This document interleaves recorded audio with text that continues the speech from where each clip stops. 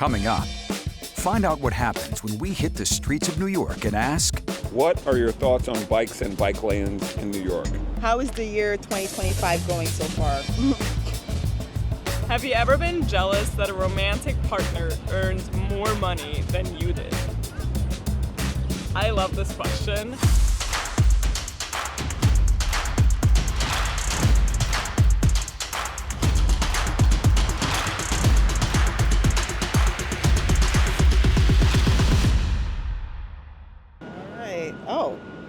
What are your thoughts on bikes and bike lanes in New York?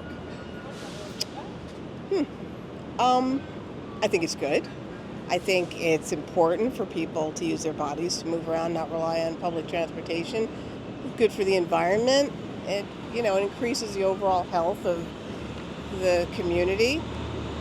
What I don't like is when bicyclists do not respect the traffic signals and things like that.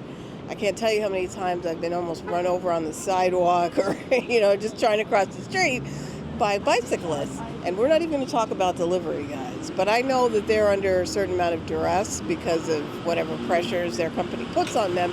However, it still makes it very unsafe. So 6 of one, half a dozen of another. I appreciate the concept of it and I like it, but there needs to be an understanding that traffic rules have to be, obeyed, enforced, respected, things like that.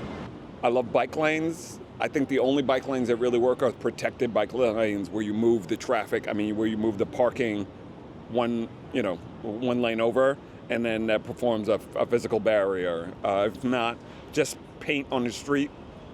People don't pay attention to that. Sadly, people double park in it. That forces you to be out in the traffic. Trucks don't respect it. So I think it's more of it's almost like an enticement to an accident than an actual protection. But I love bikes in the city. Well, if people obeyed the rules, then I wouldn't mind bike lanes. But I think that people too often think that the rules don't apply to them, and that causes a lot of problems. So bike lanes can be really tricky and really dangerous when people don't obey the rules. And it's a pretty simple thing to do. Unfortunately, in this me generation right now, people often don't think that rules apply to them. I think bikes are really important to have in New York. Just because the subway can't get you everywhere. Like if you're just trying to go 5 minutes, there's no train that's going to take you like a quick 5 minutes.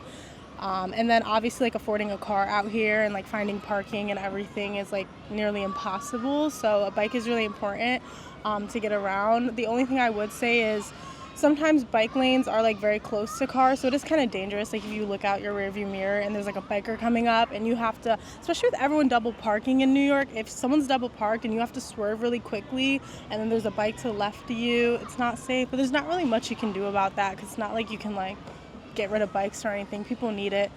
So my thoughts are just that. How easy would it be for you to pay an unexpected $1,000 expense? It'd be pretty easy for me. I just have to go to the black market, sell my organs, get some money that way. No, in reality, it's very difficult, I think. A lot of New Yorkers are struggling right now with like food insecurity, housing insecurity. And so all those daily expenses make it very difficult if you have an unexpected cost, especially one that's $1,000, right? Same with me, so it'd be very difficult, yeah. It would not be easy. It wouldn't. It would just be my paycheck, so it would kind of suck, I have to put groceries aside, so it wouldn't be too easy. Fortunately, right now, and I feel very fortunate, it would be okay to pay a $1,000 expense. But I know that's not the same for all New Yorkers, and I know that can change at any time living in New York. You've got to be a really tough person to live in New York, so only New Yorkers can understand and appreciate that. What are your thoughts about New York City being selected as the second worst city in the U.S. for phone etiquette? What are my thoughts about it? I kind of agree. When you walk around in New York City, you see a lot of people on their phones or distracted. And with the danger around New York City, it's not safe to always be on your phone or have 2 AirPods in. So I do agree with that, and it's just more safer to be more aware while you're outside in the public. I think that's very valid because there's too many people who are on their phones, especially when they're walking around. And it makes no sense, like be focused on, if you're focused on the road while you're driving, be focused on what's in front of you while you're walking. What are your thoughts about people getting their news from social media platforms like TikTok? I was just talking about this. I think it's a great way to get your news, but I would say to have discernment with the kind of content that that you're feeding yourself, because not everything that you see on social media is real, and sometimes people push a certain narrative out for their own benefit. So you would have to do extra research when you come across something, especially if it makes you feel a certain type of way. So I don't think it's necessarily a bad thing, but I think you would have to have discernment when it comes to receiving your news from social media like that. Do a little bit of extra research, you know what I'm saying? Just so you make sure that what you're receiving is the actual truth. So yeah, that's all I have to say. That's interesting. I'm currently off the grid.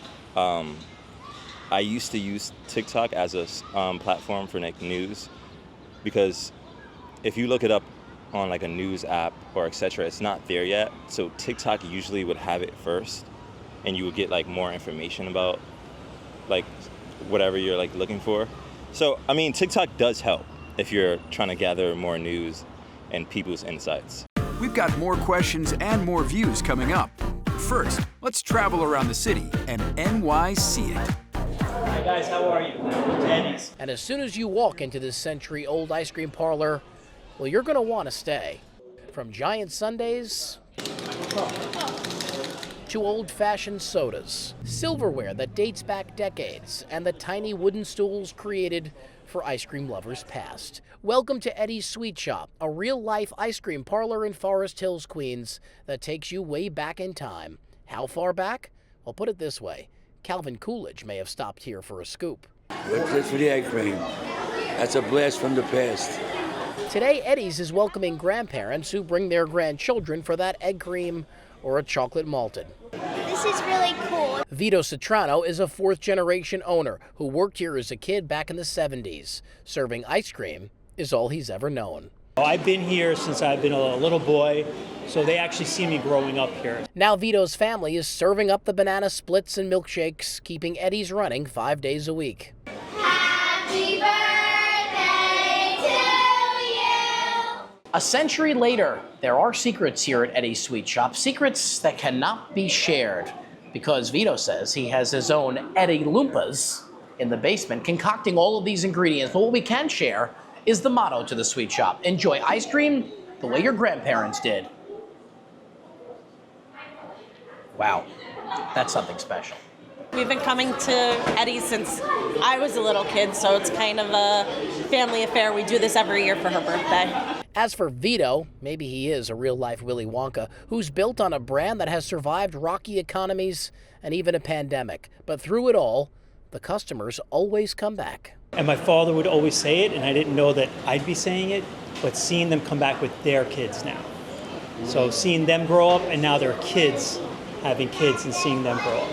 So you may be screaming for ice cream at this point. I get it. That's why Eddie's is hopefully here to stay for another 100 years. Getting the inside scoop at Eddie's in Forest Hills, Queens, Richard Giacovas, Fox 5 News. This is Speak Up New York, the hot topic show where your views come first. Have you ever been jealous that a romantic partner earned more money than you did? I love this question. I have not. I feel like this is a very common thing, though, in if you look at the gender in a reversed way. So I think maybe when the woman might be earning more than a man, it becomes a hot topic in a relationship from what I've observed. No, never. No. I think it's it's an equal opportunity world, I guess. So it's okay for the other partner to make money. That's never really bothered me. So yeah. I'm actually a stay-at-home husband and have been. And, I like to cook and clean. do that kind of stuff. So I don't know. It doesn't bother me.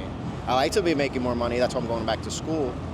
But no, that's never bothered me. What do you do for work, and how do you think AI will impact your job? Maybe I'm the wrong person. I try not to think about AI, but I make jewelry. Yeah, it's handmade things that I sell. How AI will impact your work? It might help, You might give you ideas for design, outlets to sell things. I'm sure it's positive in many ways. People are afraid of it, but if it's treated the right way, I think it's helpful. I'm a law student, and AI will completely change the way law students function. I mean, there's this temptation to use AI to simplify your prep, but it's also getting way better at simplifying your prep. So these kind of warnings that older professors have about AI hallucinations are becoming less relevant as AI gets smarter. So there'll be this kind of what another student called cognitive debt, where we're not performing as well because of this over-reliance on AI.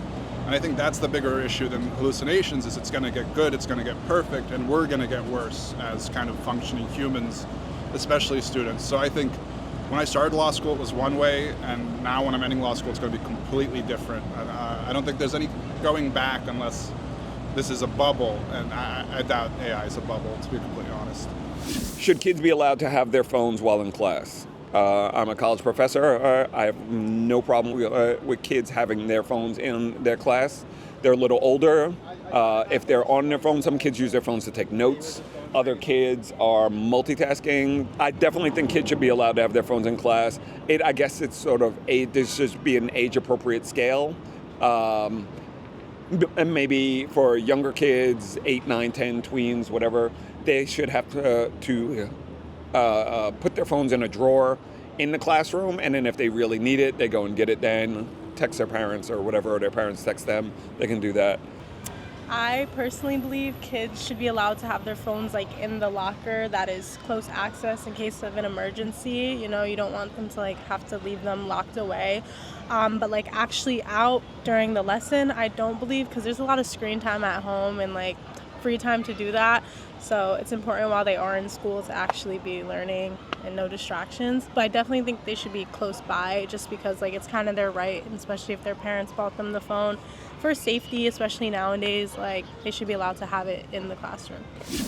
How is the year 2025 going so far?